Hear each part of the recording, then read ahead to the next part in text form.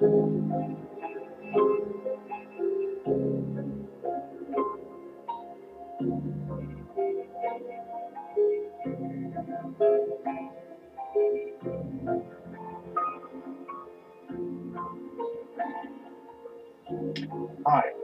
my name is, well, we'll just call it my birthright, and I'm going to be taken back since long story. If I ever get an interview, I'll explain later. William Bruce McEachran, formerly known as Leslie A. Riker, who went by the nickname Ted. I am an aspiring screenwriter, thanks to Emily Clark, who has been my greatest inspiration and motivation due to the impact she's made in my life by her great acting skills. I am also a certified casting actor, having completed online video lessons with Casting 360 agency in November 7th. So, unlike what I consider to be, with no offense intended, the joke of a cartoon that was not even animated, I'm now going to do a more serious review of Game of Thrones Season 7. So, this is, as promised, the review I promised everyone that upon seeing the Season 7 finally, I was going to let you know what my thoughts were. Oh, yes, I mustn't forget the historian, but he don't show up until Game of Thrones, The Missing Link, last page of the time. So, skip it. All right. As we know, Cersei is probably one knot that you want to tick off. She has short hair now, and she is no longer just Queen Mother. She's the Queen. So, this was after the temple blew up, as we remember from Season 6, which, by the way, she had a hand in. So if you want to think about it, seriously, Queen Cersei is the one that murdered everyone, including Marjorie Tyrell, except that I surprised everyone because I found through some great loopholes that Marjorie does survive, but you won't see her until the Game of Thrones The Missing Link last page of the time. One thing she does that kind of is fascinating, you see this guy here on the floor, and it's like he's trying to make a bigger map. Well, in William Bruce McEachran, who eventually marries Daenerys after she's risen from the dead, from his viewpoint, it would be like a war room. You know, military people will have like these big maps to see where forces are at and have you. So it's like Cersei's own little war room, you know, planning strategies, battle tactics. Euron Greyjoy, of course, wants to prove his loyalties to Queen Cersei. She thinks he's full of crap, you know. So he's like, okay, fine, I'll prove myself. When he does, he goes out at nighttime. He does a sneak attack upon Theon and Yara Greyjoy's fleet, who are sworn to support Daenerys in naval warfare. Theon, of course, becomes a coward and jumps overboard, and he kind of regrets it. And so Euron holds that over his head. While that's going on, Arya, yes, Maisie Williams, you are the young lady. I was like, don't ever say anything rude. You might have an extra slice somewhere you didn't intend to have. She finally gets the last words with those that had Red Wedding written involvement. So all I can say is that really sucks to be them. They all get poisoned, and she did make a point. You have to be careful of the wolf in sheep's clothing, and she being a Stark, yep, a wolf indeed. So she definitely gets to have the last word in that. Well, the amazing thing is Daenerys lands on the beach, and wow, nobody to resist her. So to her, this is like quite the shock, but at the same time, she's also, because she's spellbound, because this is something she should have had some time ago. You know, her father father, the Mad King, although she doesn't like people referring him to that, even if it's the truth. He had not only Dragonstone, but the Iron Throne of Swords with the Realm of the Kingdom. Tyrion seems kind of, I guess, impressed by everything, and he's still her hand. Arya, it comes to being, I guess, somewhat rough at first, but eventually, I guess, they extend with their older sister, Sansa. And Sansa now, being, other than her and Arya's brother, Bran, and then, of course, there's Jon Snow, even though he's not really a blood relative Stark, pretty much rule Winterfell, and Jon Snow, of course, is the king of the North. One thing's for certain, you can't pull one over on Jon Snow. He knows if he smells BS, he's going to let you know about it. He has definitely Littlefinger's number. Littlefinger will unfortunately find this out when he tries to try the same crap with Sansa. And, oh yeah, and then Arya gets to have the last word with him as well. So, in the meantime, Davos Seaworth and Jon Snow make their appearance before Daenerys. Now, of course, I'm sorry, I have to laugh about this. You have to imagine that, okay, Daenerys is like this serious queen, you just don't stand in front of her, you don't bow or do anything. Oh, yeah, she doesn't look like she's having a very good day, even though she just got thrown, But, as Jon says, no, I'm sorry, I cannot bend the knee. No, it's not because he's got arthritis, it's just that, he doesn't feel obligated because of past history of what her father did to his father's brothers. And even though she does acknowledge this, she tells him, well, I'm not my father, and she does apologize. He's not free to go, so he thinks, oh, what, am I your prisoner? No, you have to be arraigned your place, but you're not leaving yet, so she hasn't dismissed him. Well, as he's walking about, and I'm being just generalizing here, so this is not, like I'm trying to replace the movie and just a review. Well, it's like, oh crap, he hits the deck. So let's see where it goes. Like, he's never seen a dragon until now. He's only heard about him because, again, he was born of this one, which he doesn't know yet, his real mother, Lyanna Stark, which is Ned Stark's sister, who was the second wife of Rhaegar, Daenerys' eldest brother, hers and Viserys, when Viserys was alive. Well, while this is all going on, Sam, of course, is still doing his studies at the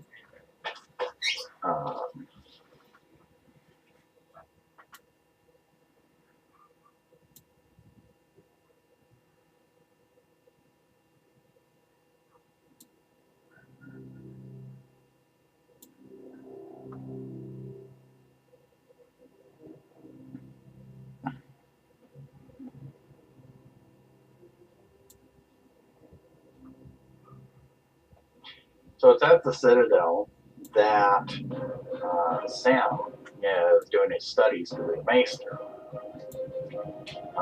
He hears about one who is probably going to eventually have to be taken to Valyria, the old ancient ruins from before the doom of Valyria. Well, he starts digging in some books probably he's not supposed to and learns about a cure. He's not certified to do this yet, so he could get in serious trouble if he gets caught. And so he tells Jorah, okay, you need to stick this piece of leather in your mouth, because if you say or scream in pain, they're both going to get it. So, because he's not supposed to be practicing whatever it is the book tells him to do. And Jorah, well, not that he would refuse, but they're probably going to think something else and call him off that night. So Sam's working on him. I can only imagine pain, yellow pus and how that would burn. Oh yeah, that would be so painful. So it's like he's having to shave this stuff off of him. Probably leave some scars anyway. Well, Jon Snow finally convinces Daenerys he needs this dragon glass because there's these zombie-like creatures. They're called White Walkers. And it just so happens there's abundant supply under her castle because when, again, she won't learn about this until this human, who is a myth of legend, comes to her world. But the dragon glass didn't just naturally appear. It is the end result of the Blaring Doom because of something that impacted with her world. But again, she won't learn about all this yet. So for right now, it's a mystery how dragon glass got there. Well, she leads him down these tunnels. And yeah, here's these like paint markings, just like you would find on Earth by Native Americans. And he says, I can interpret this for you. Those are the White Walkers. They were fought before. So she kind of starts to believe, okay, well, obviously there must be some truth to it because why would they make such a picture on a cave wall? Well, back at King's Landing, Cersei has to prepare because she knows that Daenerys is going to have her dragons. And the one that helped make the Hound's brother into the monstrosity strongman guard that he is, shows her of an old dragon slaying weapon. And it hasn't been used in ages, but lo and behold, it still works. And unfortunately, they only have one. Later on, there will be 3, but again, this doesn't happen until she has new dragons. And again, that's a tale for another time. Well, she sends Kingslayer out because she knows she can't count on the Tyrells. The Tyrells obviously want to support Daenerys instead of her. So that's to her, it's like, you know, enemy of the north and west and south and yada, yada, yada. Well, Kingslayer gives her the choice of whether she wants to be like the others, hung on the wall, or poisoned. Well, she doesn't want to be disgraced, obviously. You know, she's a very well-to-do and respectable lady, the head of House Tyrells. So in like a defiant-like manner, Sejal takes the poison, snatches the cup, and downs it. You know, like, good brandy. That hit the spot. Well, obviously that didn't impress Kingslayer too much, but he's like, well, I can't guarantee how fast the poison will work. So the last thing you see is she watches him walk out. Well, now here's the opening. It doesn't say if she actually died or not. It's not a redundancy, but an opening. I think this is why Olenna will appear in my movie scripts, because who's to say that, you know, while they may have hung over the wall, those that could claim to be heirs to House Tyrell, and they take the gold from them to put in the Iron Bank, that a maester didn't come along and just to make sure they knew what poison she took, to give her a potion of all potions that takes out any poison that she has. But you don't want the enemy to know she's still alive, so they hide her out in the Stronghold, which is another type of castle of the House of Tyrell. So you can see the opening that was left there. In the meantime, Varys, of course, we all know who he is. He kind of usually does whatever works in his best interest, but Daenerys tells him flat out, you know, you screw with me and you'll be toast. Pretty much he gets the hint, and it's like, okay, well, I guess better mind the P's and Q's. Well, after Daenerys has had a few words with Melisandre about this prophecy about the Lightbringer, Melisandre is planning on going away somewhere. And again, you don't see her again throughout the rest of the season. You know, it's like, okay, Melisandre, where are you going? They said, because you got away with brainwashing Daenerys so far, and you know that maybe eventually she's going to wise up because you burned Stannis Baratheon's daughter at the stake. I mean, how pissed did Daenerys get when she saw children hanging on a cross in Meereen? Good idea, Melisandre. It's time for you to go take a hike. And so she does. She disappears. Maybe she'll be back in season 8. Who knows? Also, Theon, of course, has a few words with um, Jon Snow, and of course, Jon Snow, like in the end, says, "Well, why are you still standing here talking to me? You know, because it's about he wants to save his sister." Well, he gets in a fight with these guys on the beach because everybody thinks he's a joke. You know, coward. No, he's not no good leader. Well, the fight looks like it's about to go in this other guy's favor until the guy makes one wrong mistake. Now he done pissed Theon off. Remember, Ramsay Bolton cut off his manhood. The guy keeps kneeing him. It just hits Theon like, suddenly like a ton of rocks. Dude, I have nothing there. And now you done pissed me off. And Theon beats the holy crap out of me. So everybody decides, yep, okay, Theon's back being the hero. We're going to follow him. He's going to go rescue his sister. Remember him, Gendry. He now has a warhammer. Him and Davos Seaworth are going to give their support to Daenerys, and they're trying to get things put together for the final conflict, which again you probably won't see until season 8. Meantime, Daenerys is now out, and with the Dothraki horde are coming out the Lannister forces, who just sent the go-ahead to the Iron Banks, and now the Iron Banks paid up of all the debt that they took from the Tyrells, and so she's basically toasting them. Just so happens that this gun, well, he missed the first time. That was almost a waste.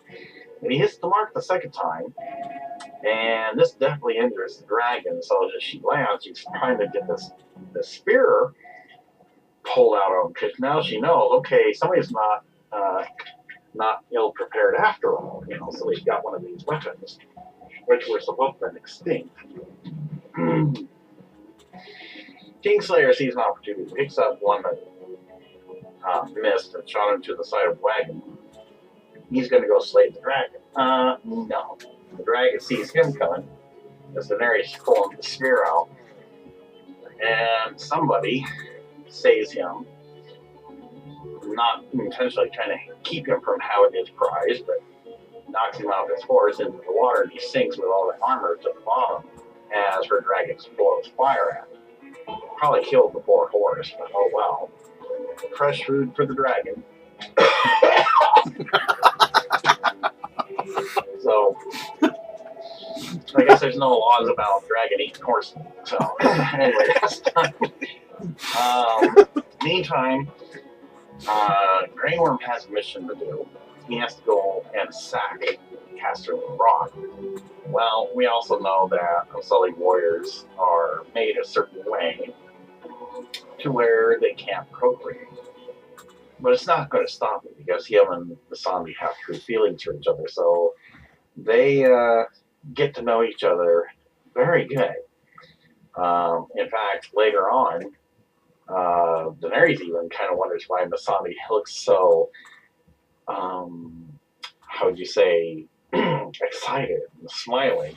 And it doesn't take long for Missandei to kind of hint that she misses Grey Worm, and Daenerys kind of figures things out. Doesn't say more about it, so, okay, all's good between the two of them. Well, they do reach their mark, and Tyrion, of course, did give some advice to Grey Worm about a certain area that they could get through, and, of course, they worked their way in. And so Casterly Rock is sacked. I mean, that's it, but Grey Worm's thinking like, okay, there's supposed to be more people than this. Where's the rest of them? Well, the rest of them are, of course, with Kingslayer, and they're in a battle with the Savage race, Dothraki and Daenerys and her now injured dragon. When she gets back from her mission, Jon Snow kind of decides to brave it, touches the dragon. The dragon doesn't need him, so I guess the dragon didn't see him as a threat, so that was kind of interesting. And he kind of refers to him as beast, and she's like, no, because I can't have children. They're my children, so he doesn't say much more about that. Well, while Grey Worm's looking for these forces, here come these ships, and they're all battling the fleet of Daenerys' vessels. And so as they eat, all throw like, I don't know, fireballs or whatever it is at these Targaryen sailing vessels, she loses most of her ships, at least about half. And so Euron headed that one. And he probably still has Yara Greyjoy on board while he's doing this. Well, now that that's done and they just had a great victory, he heads back to King's Landing. But he also managed to get 2 of the Sand Snake with him too. 2 were killed, so at least 1 left. I think the youngest daughter of at least one of the marriages to the Martells, and the Sand Snake leader or mother of this particular one. So he's leading them down the street. Everybody thinks, oh yeah, this is a great victory. Okay, Euron proved himself. So Cersei then takes them prisoner. Jorah Mormont finally says, yep, here I am. I'm healed. So she did say that you find a cure and come back, so she allows him to go back to the forest. Well, he's got a mission. He's got to prove to everybody that these White Walkers are real. So now they have to go beyond the wall and try to get a specimen of a living dead person to bring back to prove to Cersei, because there's got to be a meeting between the 2 queens that if they unite together, they can fight the White Walkers, because otherwise the White Walkers will defeat Daenerys, Cersei. They don't care whose side who's on. It's the living versus the dead, plain and simple. The dead don't care what side you're on. We do them a favor by killing each other, but they'll kill you too. So that's pretty much how the mission starts, and so Jorah takes off.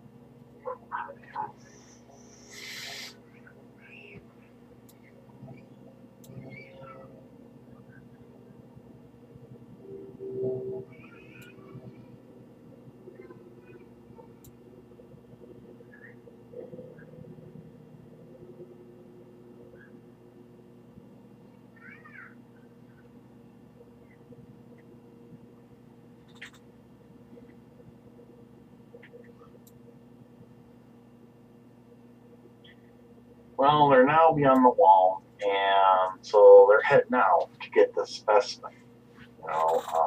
They're most likely going to have to deal with White Walkers, and they're all prepared for this. So Jorah now, serving Daenerys once again, is along the way as well. And he sees some movement in the background. It's almost like something you would remember seeing from what was the very first Star Trek, where Captain Kirk's like in an early age. It looks like it's from a distance, but no, it's just getting bigger. So they all prepare for this, and yep, lo and behold, here comes a dead bear. A zombie bear. Okay, this is cool. It's already dead, so you can't kill it. Well, there's this one guy with a one-eye patch, and he has special ability. He's been risen from the dead 7 times, and so the bear's set on fire. And pretty much the dead bear this time truly is dead. Well, they finally continue on their way, and they finally get their specimen after having to kill a few White Walkers. But now they're surrounded. They had to run for it because the White Walker King and Great Horde were coming up behind them, because they're still working their way towards the lower half of Westeros. Well, while they're surrounded and I have them, Sansa, everybody's telling her she should be queen and all that, but she's like, no, Jon Snow is the king of the North, and that's the way it is. Littlefinger keeps trying to do whatever it is he thinks he has to do, and I think she's finally had enough, because after her and Arya talk, she finally lays it out and surprises Littlefinger, like, yeah, you sold me to Ramsay Bolton, raped me on my wedding night, kind of turned family against each other, portrayed Ned Stark, which led to his being beheaded. So, all the truth finally comes out. It's like she's laying her cards out on the table. And he tries to beg for his life, but in the end, it doesn't work. I think, I mean, could you only guess? He probably knew his time was up because he's played all his tricks and he's got nothing new to play. And Arya pretty much, again, gets the final say. So there is no more Littlefinger. Peter Baelish, screwed. That's it. Well, here comes the White Walker King. And it's like, okay, what are you doing? Getting ready for the Olympics or what? Well, that's because Daenerys came along and started toasting all these White Walkers to save the ones that are in circle. Well, that doesn't impress the White Walker King, so it's not like he runs like in the Olympics and throws a spear and he shoots and he scores.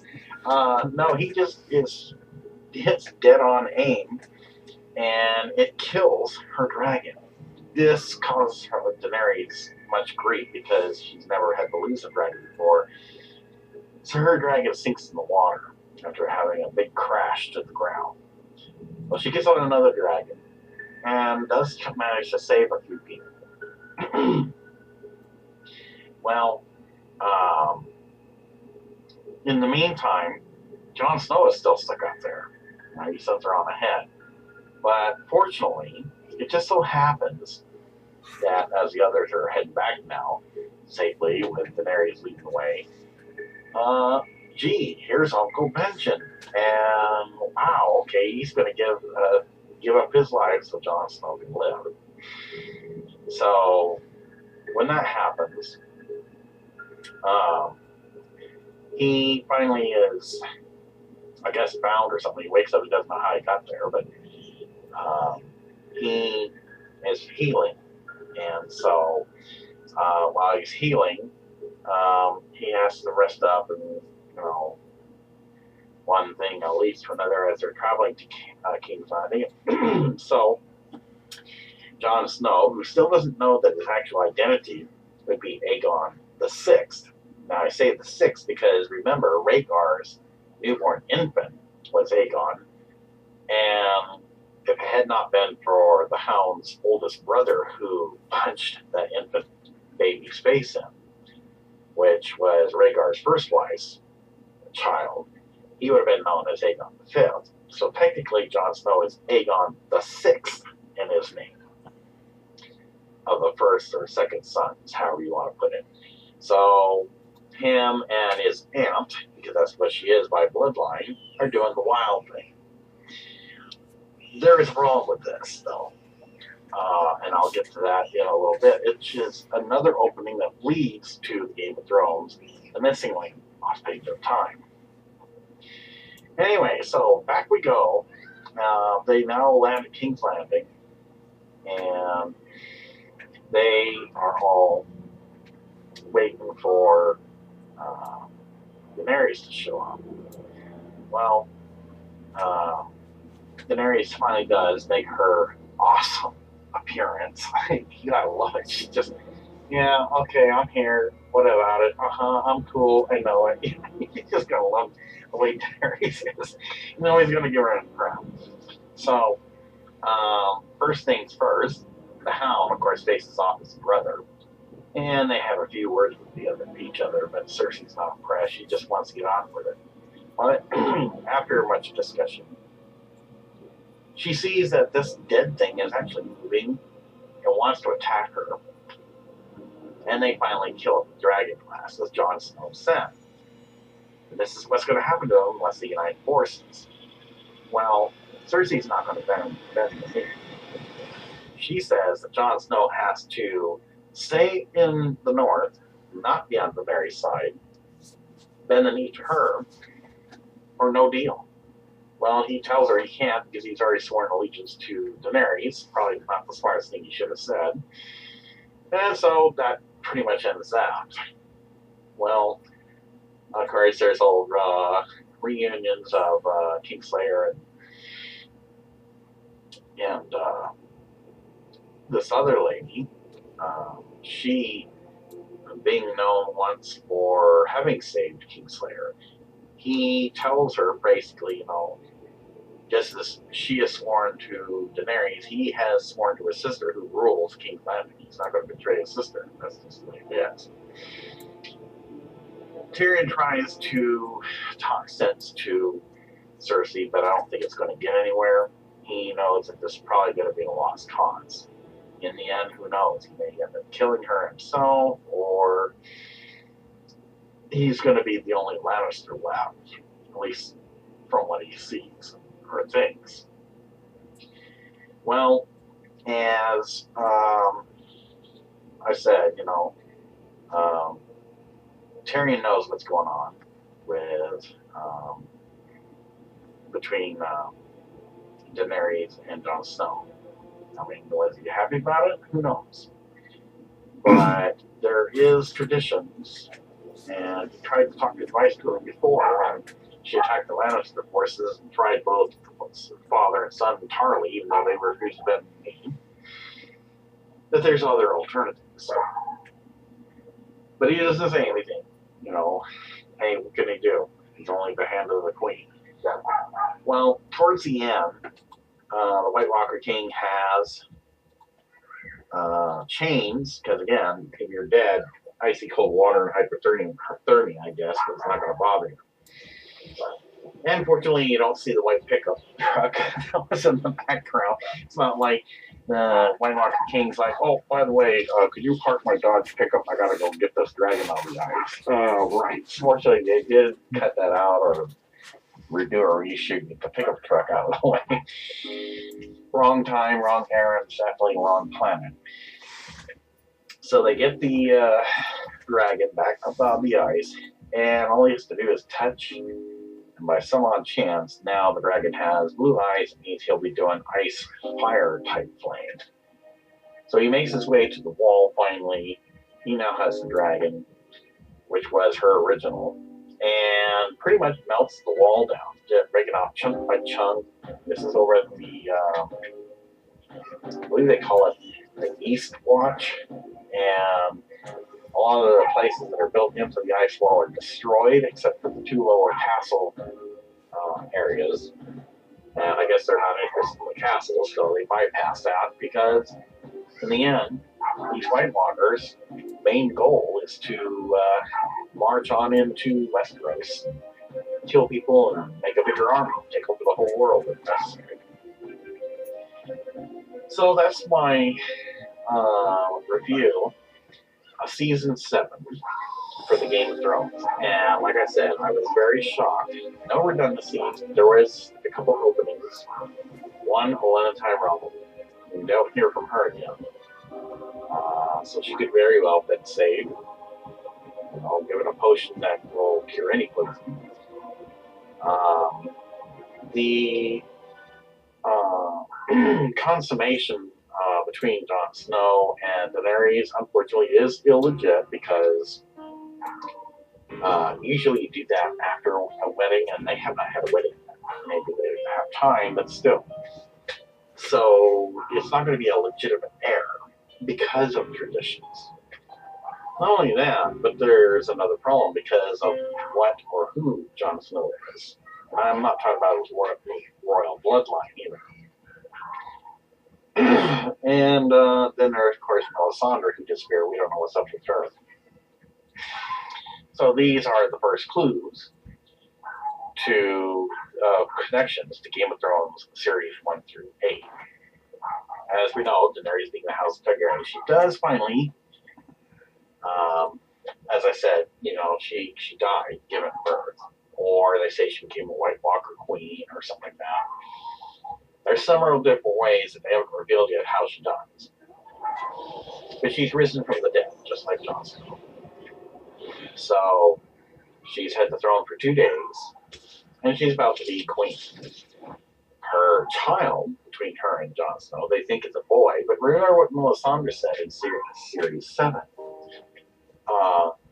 The Lightbringer doesn't necessarily have to be a male. It can also be a female. Well, that's soon to be revealed that Whoops, it's not a son. It's a girl. How they missed that is beyond me. Well, when she was risen from the dead, of course, she had new eggs. These new eggs eventually become baby dragons. And they're quite cool, just like her last ones. She's got a black one, a white one, and a green one. Remember, most of the other ones were like gray, green, and black. Well, now you have white, green, black. Very interesting. Well, as they grow up, Daenerys' new dragon that she rides is a purity, white, graceful, elegant, to fit her lifestyle. And so it's going to be quite the dragon with nice, beautiful, deep blue eyes, but not one you want to underestimate just because it's a nice white looking dragon. The black one, like her original, was the leader, not this time. It is a male, whereas the white is a female. He has big horns, and he's pretty much the guardian. He basically follows the lead now of the white one, whereas it used to be everyone followed the lead of the black one. And then you have the green one, who actually has white under the wings, but most of the time he's pretty much the one of the litter. And so those are her new dragons that will be showing up in Game of Thrones, basically lost in the time. Soon, after Daenerys is forced off the throne, because why? Well, let's see. She had sex with a dead man, risen from the dead by a sorceress. And she said she didn't believe in sorcery, but yet listened to one. Jon Snow. Okay, so you have baby with a dead man walking, and then it's not even by after a marriage. No wedding was taking place. So there's a second taboo. She's risen from the dead. Like it really matters, right? But, so they all band together. There's distant cousins to, let's see, Baratheon, Frey, and Boltons. But they also know that even though they're sworn houses to them, they're not going to win because they don't have enough to go against the Dothraki Horde until the explorers, who look very strange because they don't like being stared at. One group who has about 80,000 men to their 4 commanders are known as the Dragon Warriors. There is about 1,500 men to 3 leaders, and one of the 3 is the main leader, Tanaka, who is looking to hunt dragons, but also looking to do trade, gets a chance of finding a dragon to probably mill because they haven't found any yet. Well, she has to lock her dragons up to keep them safe. In the meantime, her daughter, her name is Daenerys Targaryen. Wow. So is a girl, because she's a Lightbringer. Well, looks pretty good for a teenager. Almost looks like Daenerys herself. In the meantime, Daenerys is not too happy because when the Dothraki are almost slaughtered to extinction, except some to get away, and we've covered this in the Game of Thrones, The Missing Link Lost Page of Time miniseries that I had done, which is a rough draft.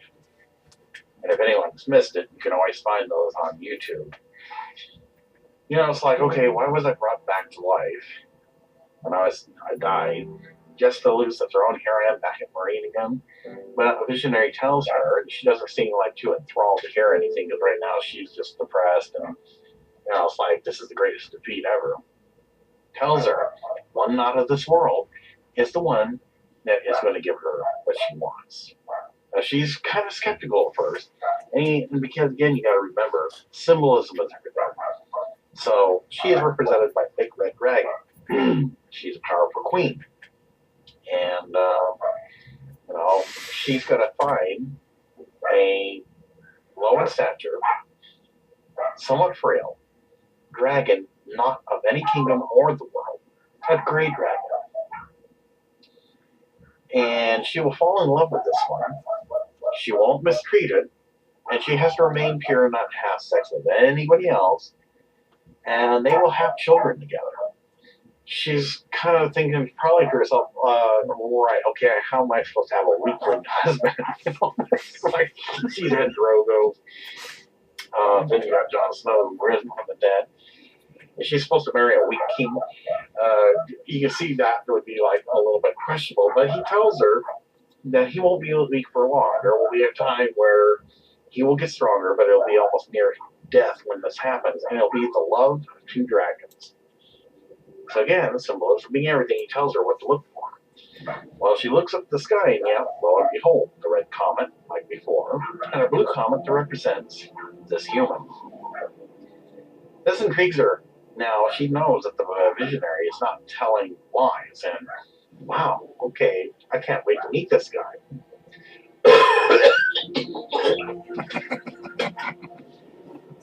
So, he tells her something that totally shocks her. This one, who is not of the world, and not of any known kingdom, will be known as a human. Now, again, looking kind of like, what?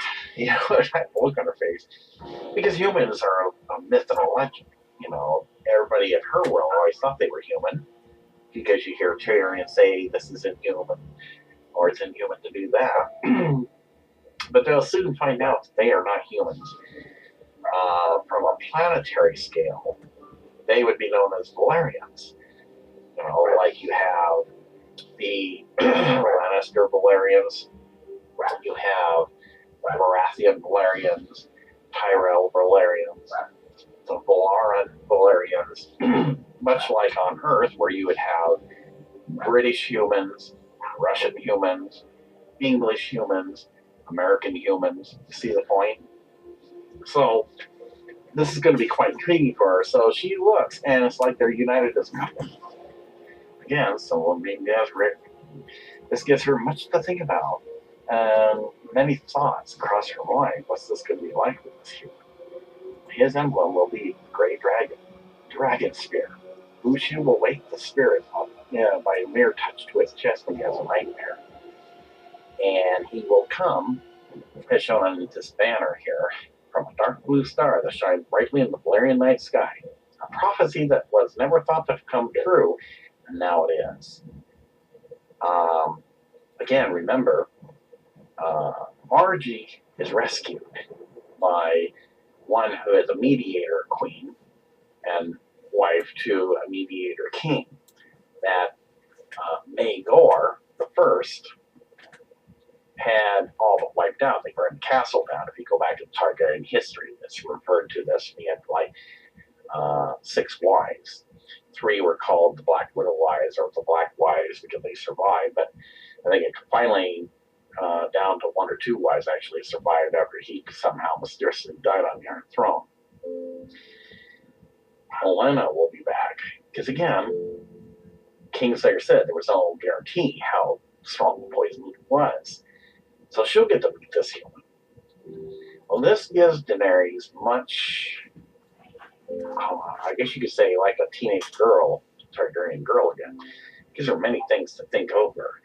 Pleasures pondering the mind. What's this human going to be like? And again, this is something that you'll learn in Game of Thrones, the motion picture, a new revelation. Of course, her uncle, who saved her when she was about 4 or 5, and Viserys III before he became a bully and met his demise, Uncle Aegon. We'll get to meet the human as well. And he doesn't even realize that suddenly he's going to be the one and only human on the entire planet of hers. No other men like him.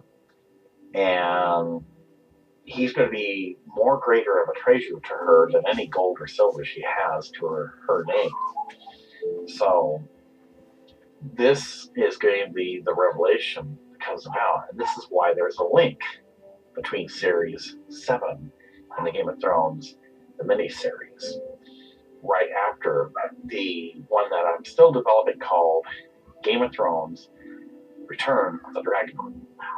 Unfortunately, his appearance for this human is not going to be a warm welcome because remember, Melisandre, she has enough to contend with and worry about with the mother dragon. Do you think they're supposed to have another dragon in Daenerys' world, symbolically speaking? No. So she goes to help this distant cousin of Grafton. But I'll have to leave you in suspense there, because if you haven't seen the miniseries, Game of Thrones, The Missing Link, Lost Page of Time, I encourage you to do so. You might be intrigued. Watch the trailer introduction of What If a Human Became the Alien in Her World. Russian musician did a great job on that. All I did was add words to get people to think. And the motion picture, Game of Thrones, motion picture, New Revelation. So, in the meantime, thank you for giving me this chance to give you my review as I had promised you. Be sure to stay tuned for Game of Thrones Season 8, which is to be announced. It will be released by HBO on or about 2019. Thank you and have a great day.